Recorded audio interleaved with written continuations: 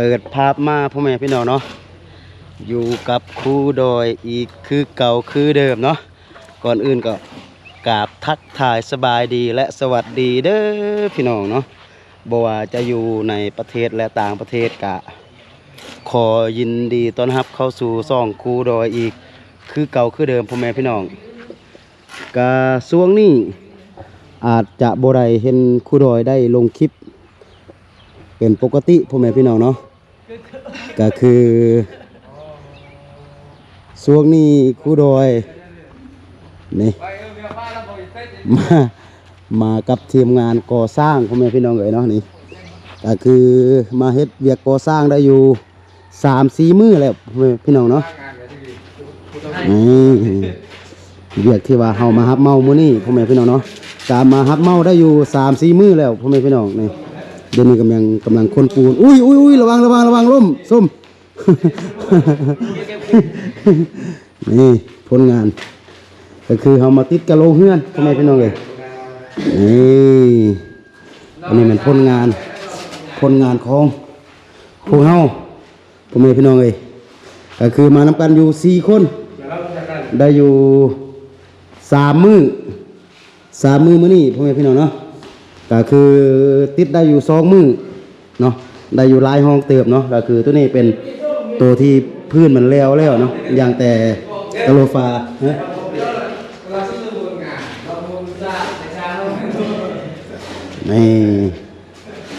ตัวนี้เป็นห้อ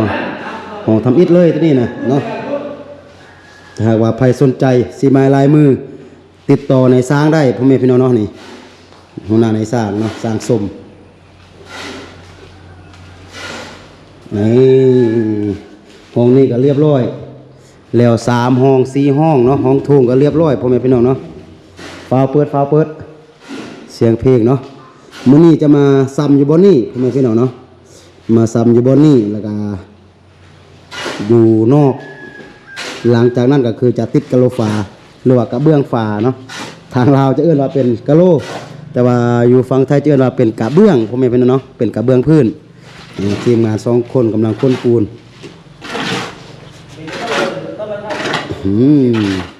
สร้างพรมปัน นี่อันนี้เป็นสร้างไงผู้ฮับเมาเวียกพ่อแม่พี่น้องเนาะก็ครูดอยก็บ่ได้เป็นหลายพ่อแม่พี่น้องเลยเนาะมาพอที่ว่าจะเป็นตีนเป็นมือให้กับนายสร้างซื่อๆเนาะก็คือนายสร้างเพิ่นสร้างกันได้ก็เฮ็ดอันนั้นเนาะเพราะว่าครูดอยบ่ได้เป็นสร้างใหญ่ก็มาประกอบส่วนซื่อๆมาเอาพูดพ่อแม่พี่น้องเลยเนาะ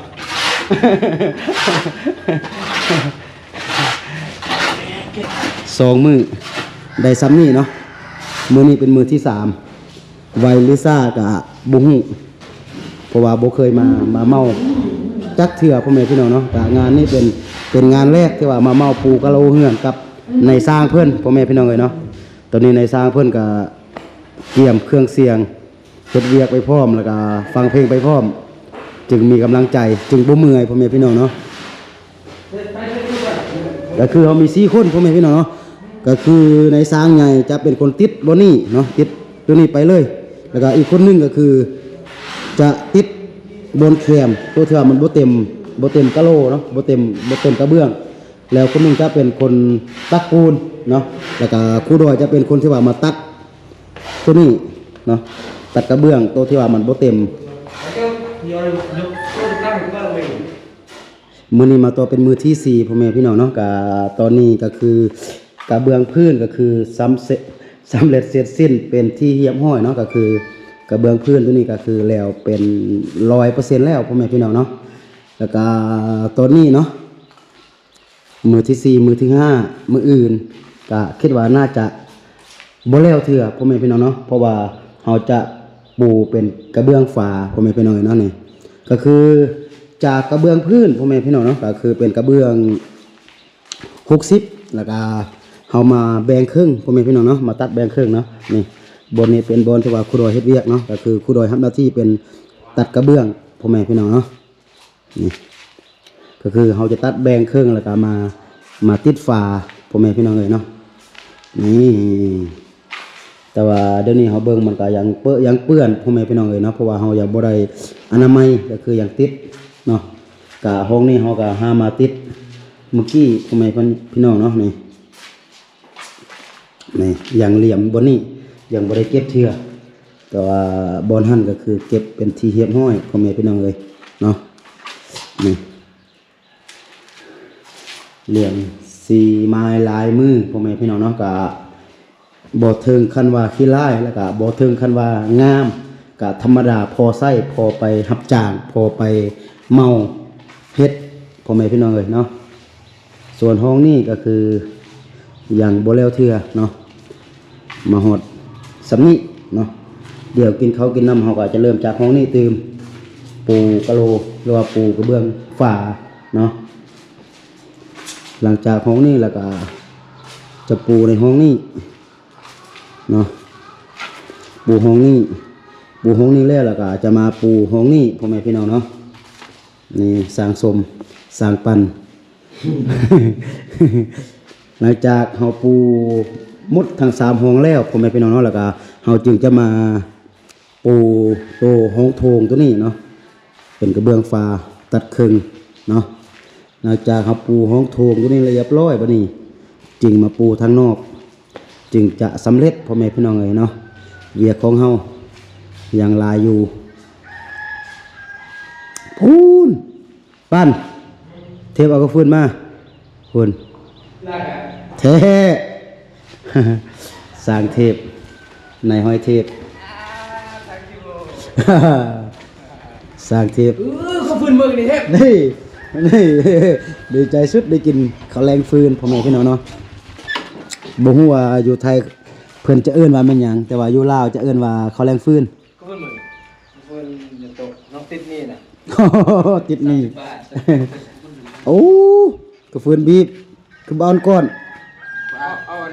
ถ้วยกับบวกให้ โอ้ได้เด้อมัดกับนัวมีก้นให้พวกเลยก้นห้องพวกเลยเนาะกระเบื้องก็อย่างซ้ำนี้พ่อแม่พี่น้องเนาะตัวนี้ก็คือเขาจะตัดเครื่องหมดเนาะตัดแบ่งเครื่องแล้วก็ไปติดเป็นกระเบื้องฟ้าพ่อแม่พี่น้องเลยเนาะโถบอลนี้เนาะบอลครอยเห็ดบอลครอยตัดพ่อแม่พี่น้องเนาะก็ตามนี้ก็คือเป็นอันนี้อันย่อยที่ว่าเขาตัดมันเรือพ่อแม่พี่น้องเนาะมันบ่มีบนใส่แล้วเนาะอย่างเรือแต่ตัวนี้เขาจะตัดเครื่องใส่เลยก็เป็นการมาทับเมาปูกระเบื้องพื้นเฮือนพ่อแม่พี่น้องเอ้ยเนาะการมานำกันอยู่4คนเนาะเดี๋ยวเราค่อยเบิ่งว่ามันจะซ้ำใดเนาะโถนี่โอเคเนาะสำหรับคลิปนี้ก็บ่มีหยังหลายพ่อแม่พี่น้องเนาะก็ช่วงนี้ก็อาจสิบ่ได้เดินทางแลเนื่องจากว่าช่วงนี้เป็นช่วงบุญสงกรานต์พ่อแม่พี่น้องเนาะแล้วก็รถคุดอยก็มันบ่มีเอกสารเนาะแล้วก็ทางเจ้าหน้าที่ตำรวจเพิ่นก็ลงทางลายเนาะถ้าว่าคุดอยไปก็อาจจะเสี่ยงในการที่ว่าเพิ่นจะยึดรถคุดอยพ่อแม่พี่น้องเนาะเพราะว่ารถคุดอยเว้าง่ายๆก็คือเป็นรถบ่มีเอกสารเนาะแล้วก็ช่วงนี้ก็คือน้ำมันมันก็แพงเติบพ่อแม่พี่น้องเนาะถ้าว่าบ่จำเป็นก็คือจะบ่ได้ออกไปใส่เฉพาะช่วงนี้เนาะก็ช่วงที่ว่าอยู่บ้านก็ซอกหาเวียกเฮ็ดงานทำมีหยังก็ไปเฮ็ดพ่อแม่พี่น้องเนาะอันใดที่ว่ามันจะพอได้10 บาท20 บาทก็ไปนำเพิ่นพ่อแม่พี่น้องแบบนี้นี่แหละเนาะ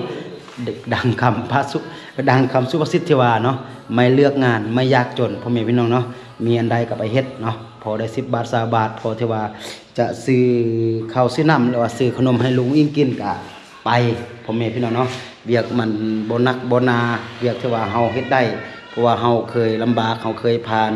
จุดที่ว่ามันหนักๆมาก่อนพ่อแม่พี่น้องเนาะก็คือเวียกตามนี้ที่ว่าเฮาเฮ็ดเนาะก็คือมันจิ๊บๆสำหรับครูดอยพ่อแม่พี่น้องเลยเนาะโอเคสำหรับคลิปนี้ก็จะประมาณนี้ก่อนเนาะแล้วก็สุดท้ายก็ขอให้ใช้พรเนาะให้หมดทุกคนที่ว่าเข้ามาเบิ่งคลิปนี้เนาะจงอยู่ดีมีแรงอยู่ดีมีสุขเนาะคิดสิ่งใดปรารถนาสิ่งใดก็ขอให้สมดังใจปรารถนาสำหรับคลิปนี้ครูดอยต้องขอตัวลาไปก่อนเนาะสบายดี